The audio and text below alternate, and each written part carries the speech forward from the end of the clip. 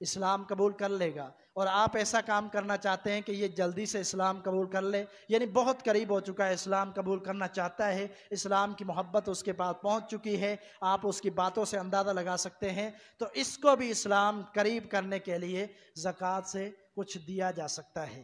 اور پھر اللہ تعالیٰ نے فرمایا وَفِي الرِّقَابِ، گردنوں کو آزاد کرنا۔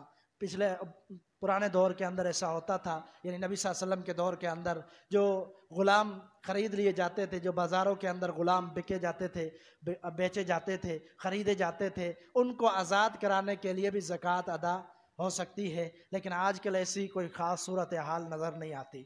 اور پھر اللہ تعالیٰ نے فرمایا والغارمین، وہ لوگ کہ جو قرضوں میں ڈوبے ہوئے ہیں۔ بہت سارے لوگ ہوتے ہیں، آمدنی ہوتی ہے لیکن ان کے اتنے حالات خراب ہوتے ہیں کہ کئی سالوں سے ان پر قرضے ہوتے ہیں، وہ قرضے ادا نہیں کر سکتے۔ ایسے لوگ ہمارے ذہن میں بھی بہت ہیں، بہت سارے ہم ساتھیوں کو جانتے ہیں، آپ اپنے علاقے کے اندر بھی پوچھ سکتے ہیں، آپ کے قریبی جو آپ کے پڑوسی ہیں ان سے بھی معلوم کر سکتے ہیں، آپ کے قریبی رشتہ دار بھی دیکھ سکتے ہیں آپ، جن پر قرضہ ہے وہ قرضہ ادا نہیں کر سکتے، تو ان لوگوں کا قرضہ بھی آپ اپنی زکوٰۃ سے ادا کر سکتے ہیں۔ یہ بھی شریعت اس کی اجازت دیتی ہے، یہ قرآن مجید کی میں آپ کو آیت سنا رہا ہوں۔ پھر فی سبیل اللہ، یہ جہاد کا معاملہ ہے کہ اللہ تعالیٰ نے فرمایا جہاد کے معاملے میں اسلحہ خریدنا ہو، مجاہد کو تیار کرنا ہو، اور جو مال چاہیے، جو بھی جہاد کے اندر کسی بھی صورت میں آپ خرچ کرنا چاہتے ہیں تو زکوٰۃ ادا ہو سکتی ہے۔ اور وابن السبیل، اور ایسا شخص جو مسافر ہے۔ اب یہ مسافر جو ہے، یہ نہیں دیکھنا کہ انتہائی غریب ہو تو اس مسافر کے ساتھ تعاون کرنا ہے، بلکہ مسافر کا معاملہ یہ ہے کہ یہ ایسا مسافر جو آپ کے علاقے کے اندر آیا، بہت سارے ایسے مسافر ہوتے ہیں، آتے ہیں راستے میں ان کے ساتھ حادثات پیش ہو جاتے ہیں، اگرچہ وہ پیسے والے ہوتے ہیں لیکن اس وقت وہ بے بس ہوتے ہیں، ان کے پاس کچھ نہیں ہوتا، اور حادثہ پیش آنے کی وجہ سے پھر ان کی آپ مدد کر سکتے ہیں۔ مسافرین کے ساتھ اچھا تعلق کرنا اور ان کے لیے زکوٰۃ کا مال ادا کرنا، یہ شریعت نے اس کی اجازت قرار دی ہے۔ تو کتنے مصارف ہوئے؟ ایک فقراء ہیں، دوسرے مساکین ہیں، تیسرے عاملین ہیں، چوتھے تالیف قلب والے، پانچویں جو ہے گردنیں آزاد کروانا، چھٹے جو ہیں مقروض لوگوں کا قرض ادا کرنا، ساتویں لوگ وہ ہیں جو جہاد کے لیے نکل رہے ہیں ان پر خرچہ کرنا، اور آٹھواں مصرف کیا ہے زکوٰۃ کا کہ مسافرین پر خرچ کرنا۔ یہ 8 مصارف اللہ تعالیٰ نے قرآن مجید کے اندر بیان کر دیے ہیں۔ یہاں پر آپ زکوٰۃ ادا کر سکتے ہیں اور اپنے مالوں کو پاک کر سکتے ہیں۔ اگر آپ زکوٰۃ ادا نہیں کر سکتے تو وعیدات آپ سن چکے ہیں، بہت ہی سختی شریعت میں کی گئی اس معاملے پر، تو اس کا ضرور خیال کیا کریں۔ آپ کے پاس جس طرح کی آمدنی ہے، اور ایک بات یہ کہ اگر زمین ہے تو اس کا بھی شریعت نے فیصلہ کر دیا، جو آپ کے پاس آمدنی آتی ہے اس پر عشر ہے، 10واں حصہ ہے یا 20واں حصہ ہے، وہ تفصیل آپ پوچھ سکتے ہیں۔ یہ اس پر بھی زکوٰۃ فصل پر اللہ تعالیٰ سے دعا ہے کہ اللہ تعالیٰ کتاب و سنت کو سمجھنے اور اسی کے مطابق زندگی بسر کرنے کی توفیق عطا فرمائے۔ وآخر دعوانا